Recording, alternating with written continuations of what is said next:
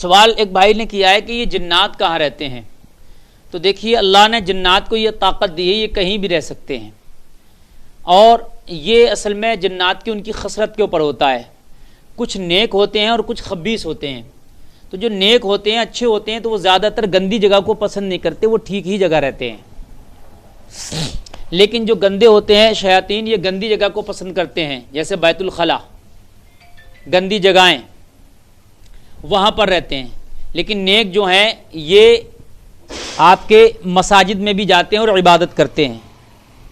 مدرسوں میں بھی یہ دیکھا گیا کہ جنات کی آمد و رفت اور ان کا رہنا ہوتا ہے۔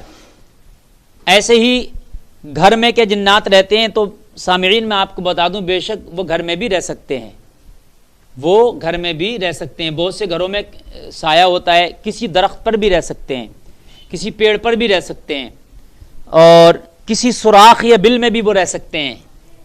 آپ کے مکان میں تو میں نے بتا ہی دیا رہ سکتے ہیں، تو وہ کہیں بھی رہ سکتے ہیں۔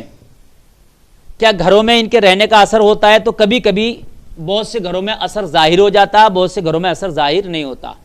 بہت سے گھروں میں رہتے ہیں تو کسی کو تکلیف نہیں دیتے یہ، اور بہت سے گھروں میں رہتے ہیں تو کسی کو تکلیف بھی دیتے ہیں، بیماری، پریشانی۔ اور حد یہ ہے کہ کبھی کبھی وہ چیزوں کو بھی ادھر سے ادھر کرنے میں ان کا ہاتھ رہتا ہے، تو یہ برحق ہے۔ لیکن پڑھائی کرنے سے، پڑھنے پڑھانے سے جو خراب خبیث جن ہیں وہ بھاگ بھی جاتے ہیں، چلے بھی جاتے ہیں، یہ چیز بھی ہے۔ تو اسی لیے سوراخ میں کہیں پیشاب وغیرہ کرنے سے منع کیا گیا، درخت کے نیچے ٹھنڈ میں پیشاب کرنے سے منع کیا گیا، اسی وجہ سے کہ وہاں دوسری مخلوق، جنات کی مخلوق بھی رہتی ہے، کہیں اس کو اس سے تکلیف نہ ہو جائے۔